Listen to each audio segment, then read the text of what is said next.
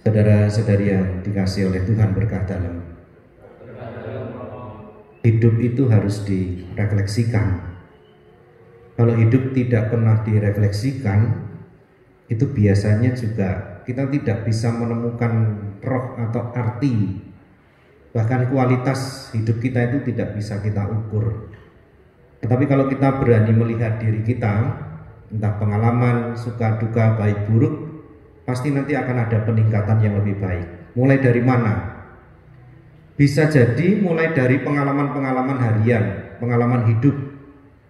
Tetapi bisa juga melalui peristiwa kematian, atau melihat orang-orang yang sudah mendahului kita. Misalnya begini, suatu saat cobalah kita misalnya duduk di pemakaman itu, di makam. Kita akan bisa lihat dengan persis orang-orang yang sudah sampai garis akhir, macam-macam. Dari yang tampak saja, misalnya ada yang terawat baik itu makam ya, ada yang mungkin yang biasa, ada yang namanya masih jelas, ada yang mungkin tinggal tonggak saja, batu nisannya ketika ada yang tanya itu siapa, tidak tahu, tidak kenal itu. Bahkan mungkin keluarganya pun tidak mengurus, tidak memperhatikan. Dan seringkali memang arti hidup kita itu baru kelihatan ketika kita sudah meninggal. Di makam itu kita akan melihat begini, orang datang pergi banyak.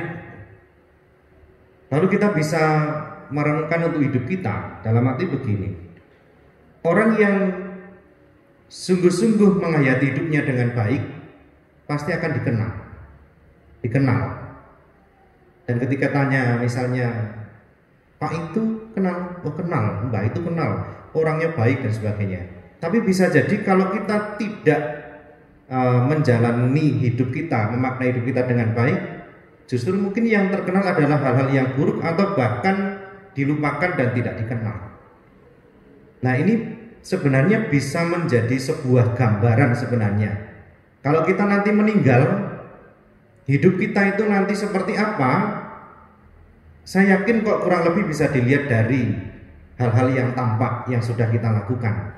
Bahkan ketika kita sudah meninggal itu, apa yang kita terima di dunia yang selama ini mungkin dikenang oleh orang-orang yang ada di sekitar kita, begitupun sebenarnya hasil akhir dari hidup kita nanti. Kalau kita bertahan hidup baik, benar dan adil menurut kitab suci atau menurut Injil Lukas tadi, kalau kita bertahan sampai akhir, kita akan memperoleh hidup sama seperti seorang atlet pelari itu. Dia akan memperoleh kemenangan kalau dia sampai akhir, sampai finish itu. Dan inilah yang harus kita perjuangkan, bagaimana proses menjadi sampai akhir itu yang paling penting. Apakah kita masih bertahan untuk hidup baik, benar di hadapan Allah atau tidak? Karena itulah yang akan menjadi penghakiman bagi kita semua. Maka saudara-saudari yang terkasih, mari kita berjuang bersama dengan Kristus. Hari ini kita diingatkan jalan Kristus itu jalan kita, dan Yesus itu bukan hanya orang yang pandai mengajar dan ngomong saja, tetapi dia menunjukkan. Syukur-syukur kalau perjalanan hidup kita itu biasa, dalam arti baik, penuh dengan sukacita, tidak ada hal-hal yang membuat kita itu menderita. Itu bisa jadi kita tetap bertahan menjadi orang baik.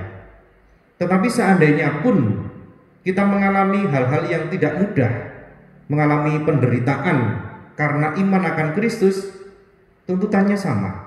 Kita harus tetap berjuang sampai akhir, sampai garis finish itu. Karena ini juga sama-sama menentukan.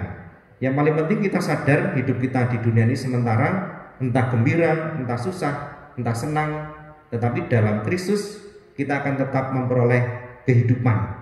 Dan itu ditunjukkan oleh Yesus sendiri. Jalan Kristus tidak mudah, jalan salib, tetapi toh kemudian dia mendapatkan kebangkitan, kemuliaan, dan kehidupan seperti yang dijanjikan kepada kita. Dan kita yakin kalau kita ikut dengan Yesus, pasti kita juga akan memperoleh apa yang dijanjikannya itu. Kemuliaan kepada Bapa dan Putra dan Roh Kudus, seperti pada permulaan, sekarang, selalu, dan sepanjang segala abad. Amin.